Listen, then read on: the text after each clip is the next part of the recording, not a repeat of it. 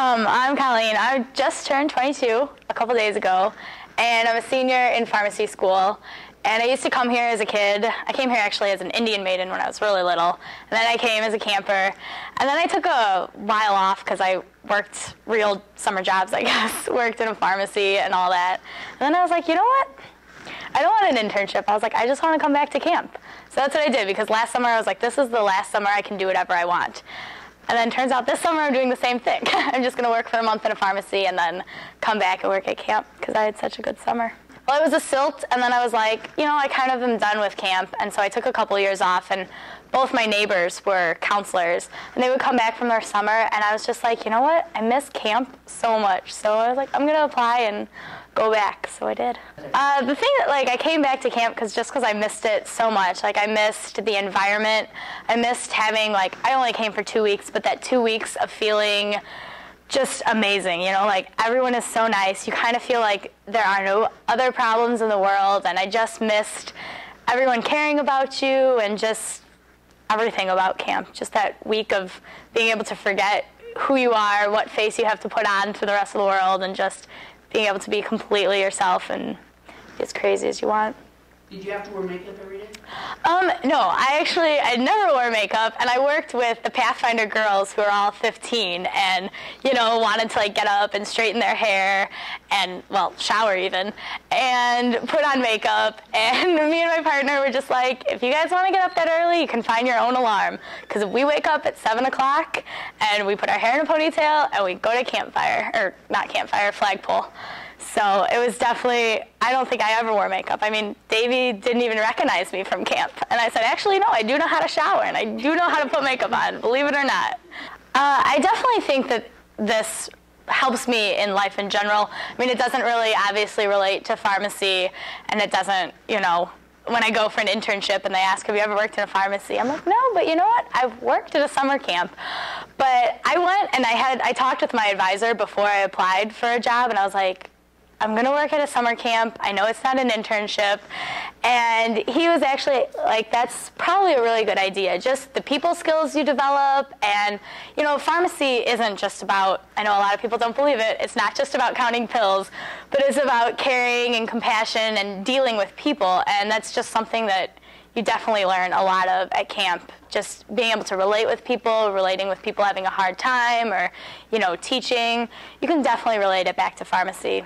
As a counselor, safety is, I mean, it's a cliche to say safety is number one, but, I mean, safety is kind of on our minds, you know, at all times, and it's of supreme importance because, I mean, while we're having fun with the kids, we're being enthusiastic, we're playing games and things like that, but ultimately, you know, we've got to be always thinking in the back of our mind, hey, are the kids safe? Is what I'm doing here responsible, and things like that. And so I think that we do a really good job at all of our program areas and in the cabins. During staff training, we have really extensive safety training.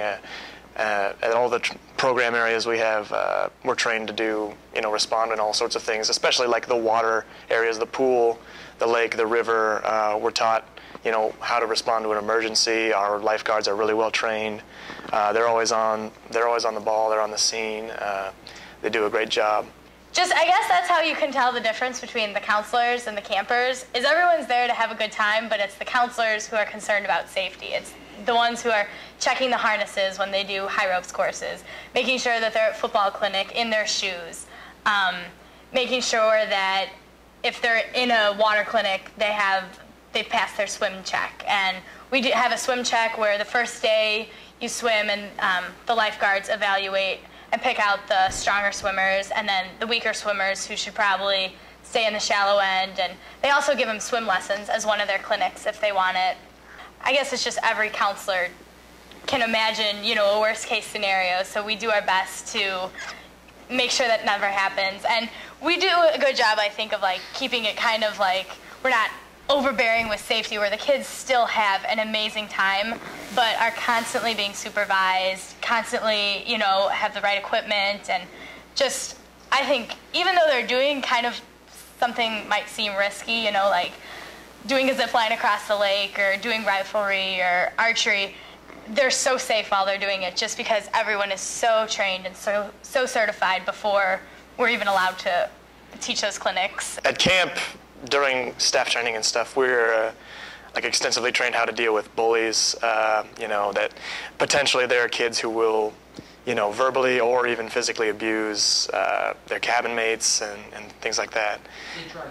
And they'll try to, and they're inclined to. At school there'll be a bully, but at camp it's not really a problem. We don't really experience a lot of actually successful bullying because we head it off. We tell potential kids, we're trained to spot them, and we tell the kids, this isn't right. This is it's not fair to the other kids. It doesn't get you anywhere. It doesn't make you better to tear other people down. And I think usually the kids respond really positively.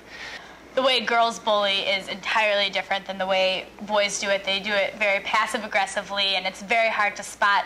But we definitely make sure that we can spot a girl who's just, she's not doing anything outwardly mean, but she's obviously excluding people, or, we make sure that the campers are not only physically protected, but they're emotionally going to be fine. They're not going to leave camp being, the worst week of their life where, oh my gosh, I never got included.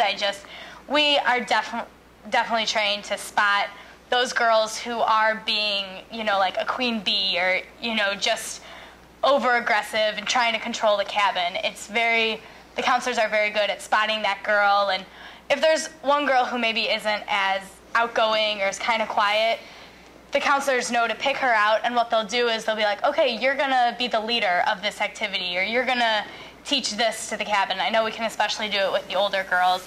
And then it just, kind of turns the table. It puts them in charge, and I think it's really good for their confidence, especially because that some girls, your teenage years are so hard, and to come here and be able to not have to worry about being bullied, not have to worry about someone, making under the table or, under their breath comments about you is just a really great thing for girls to have.